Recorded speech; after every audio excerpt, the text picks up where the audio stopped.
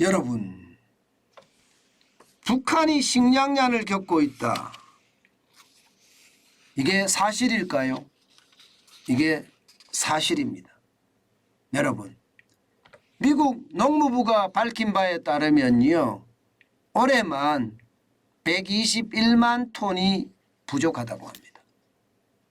일반적으로 북한 인구를 2,590만 명으로 잡거든요. 그러면 곡식이 약 600만 톤 정도가 필요한데 실질적으로 말입니다. 이 중에 121만 톤이 부족하다고 해요. 그러면 어떻게 될까요? 아마 거의 20%가 넘는 식량이 부족해서 굶는 사람들이 굉장히 많아진다는 겁니다. 그나마 그동안은 식량이 많이 생산이 됐습니다. 보시는 그래프처럼 2019년에는 665만 톤이 생산이 됐습니다. 그래서 식량이 넉넉했었어요. 2019년에 이렇게 넉넉했으니까 2020년은 552만 톤, 좀 부족했다고 하더라도 비축이 있었으니까 버텨냈겠죠. 2021년에도 말입니다. 558만 톤이니까 좀 부족했으라도 버텨냅니다. 그런데 올해 2022년에는요. 아무래도 이게 물의 피해, 바람의 피해를 많이 입어서 미국 농무부가 추산하기에는 121만 톤이 줄어들 거다 이렇게 예상을 합니다. 그러면 심각하죠. 우리나라가 예측하는 건 더 심각합니다. 우리나라가 예측하는 거. 우리나라는 한국농촌진흥청에서 예측을 하는데 2021년에도 469만 톤이고요. 2020년 440만 톤, 2019년도 464만 톤밖에 안 된다고 봅니다.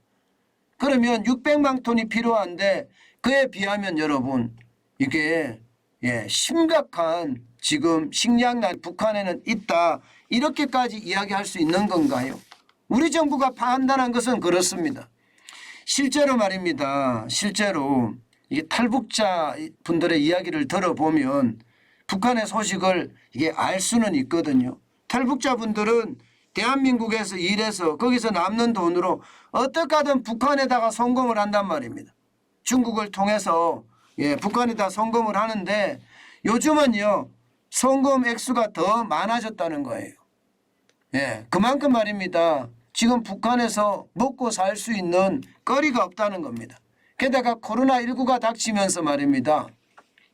국경 지역에 그나마 존재했던 장마당 자체도 없어졌기 때문에 이게 일거리도 없어졌을 뿐만 아니라 물건을 구하고 식량을 구하는 일도 굉장히 어려워졌다고 이야기합니다. 그만큼 말입니다. 북한의 식량량은 장난 아닙니다. 그런데도 불구하고 김정은이는요 미사일을 뻥뻥 쏘아답니다. 여러분 보세요. 미사일만 안 쐈으면 아마 북한이 부족한 식량 이거 다 구입하고도 남았을 거라는 거예요. 지금까지 쏜 미사일을 보면요. 단거리 탄도미사일 50발을 쐈는데 2억 한 5천만 달러 정도 예상을 하고요. 준중거리 탄도미사일 5발도 7,500만 달러. 그리고 대륙간 탄도미사일 8발을 쐈는데 이게 2억 4천만 달러. 이거를 다 합치니까 63발을 쏘았습니다. 그래서 전체 쏜 돈이 5억 6,500만 달러라는 거예요. 우리 돈으로는 7,400억 정도예요. 그런데 120만 톤을 구입하는 비용은요. 겨우 5,470억 원밖에 안 됩니다. 4억 1,700만 달러. 이 정도라면 여러분 김정은은요. 모르겠어요. 자기의 권력을 지키기 위해서 그런 건가요? 국민은 죽어도 상관없다. 굶어 죽어도 상관없다는 건가요? 그러니까 이걸 독재자라고 이야기하는 거예요. 국민의 어떤 삶을 보살피고 국민의 생명과 재산을 보호해 주는 것 이게 국가가 할 일인데 그것이 아니라 본인이 살기 위해서 남한을 위협하고 대한민국을 위협하고 또 우리 우방국을 위협하는 것 그것은요 어쩌면 말입니다. 독재자의 전형적인 모습이 아닌가 그런 생각까지 합니다. 김정은이 지금 집권을 하고 나서요 사실 북한 경제는 완전히 망쳐졌습니다. 예, 완전히 망쳐졌어요. 그러니 뭐 회생의 방법이 있을까 싶어요. 실제 보실래요? 김정은이 집권하고 나서 어떻게 됐는지 말입니다. 그나마 2012년에서 2014년까지는 성장을 했습니다. 예. 실질 GDP가 지금 보시다시피 34조 1367억 원, 34조까지 올라갔었잖아요.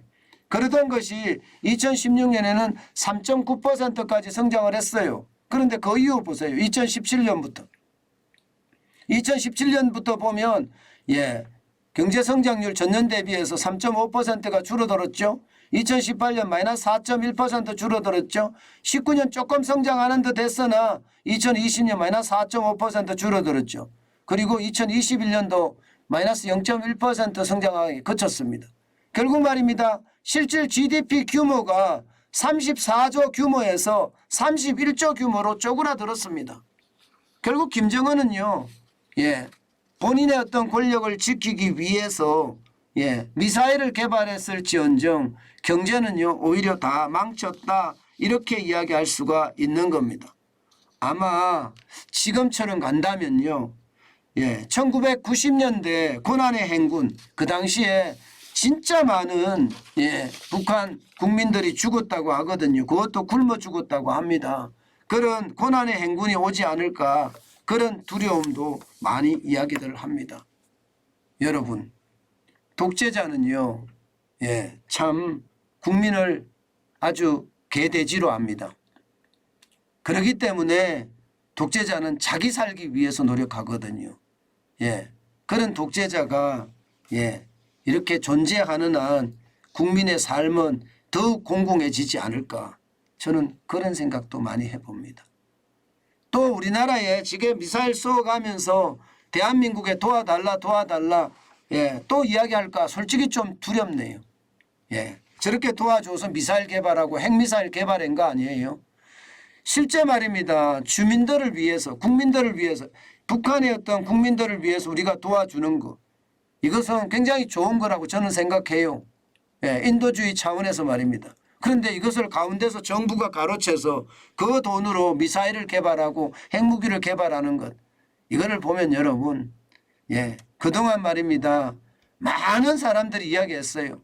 뭐 선샤인 팔로시라고 하나요? 햇빛 정책.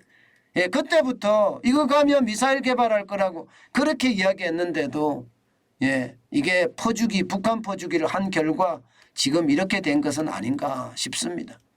참 안타깝습니다. 참 안타까워요. 식량난 때문에 굶어 죽는 북한 국민들 주민들에게는 참 미안한 이야기이긴 하지만 이렇게 계속 도와주면 이 김정은 정권만 잘 먹고 잘 사는 결과가 되지 않을까 그런 생각도 해봅니다. 참 안타깝죠.